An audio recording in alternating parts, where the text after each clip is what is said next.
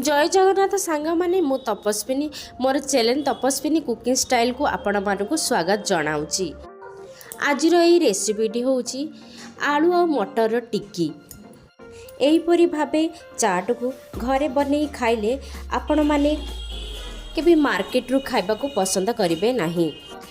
चलंतु बनेबा एही टेस्टी आलू मटर टिक्कीर चाट को। एही टिक्की बनेबा पई मु दुईटी बॉयल आलू नेइची आ अल्प किछि सिजा मटर नेइ ताकू मेसर साहाय्य भल भाबरे मेस करि देइची। मेस करि सारिबा परे सेतिरे 2 चम्मच cornflour देइ देइची। तापर सेठी काटी रखिया पियाज धनिया पत्र और कंचा लक्का को सेतिरे देइ देइची। तापर ताकू स्वाद अनुसार लूण हलदी गुंड मरीच गुंड देई भल भाबरे चकटी देबा। आपण मानकु एही रेसिपीटी भल लागिले आपण माने लाइक शेयर एंड सब्सक्राइब करबा को जमारू भूलिबे नाही। मते एठी टिकी चकड़ाटा ओदा लागि पर मु सेथिरे अल्प चाउल गुंड देइची। देला परे मु ताकू भल भाबरे चकटी देइची। तापर ताकू काकरा पिठा परे बनै साइड करी गोटे गोटे करी सबु तक बनै देबा। आपण मानकु ए रेसिपीटी भल लागिले आपण माने घरे निश्चित बनातु।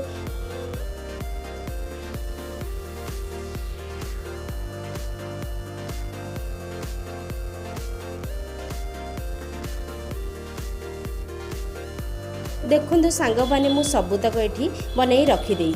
तापर से टिक्की गुड़ी को मु सेलो फ्राई कर देइची। आपण माने चाहिले डीप फ्राई मध्य करि परिबे।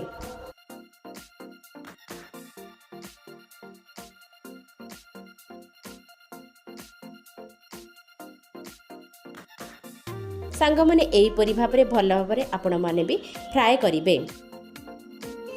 बाकी बंची थिबा टिक्की गुड़ी को मध्य आमे फ्राई कर देबा।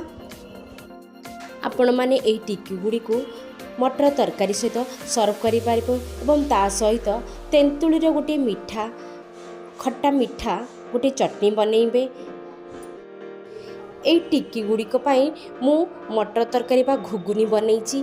देखंतु मु घुगुनी गुड़ी को सर्व कर देइची।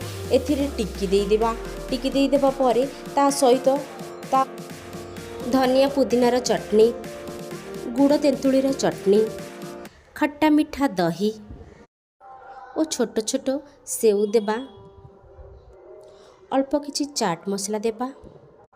तापरे धनिया पत्र दे गार्निशिंग करिबा और सेथिरे किछि डाळिंब दाना दे ताकू एंजॉय करिबा।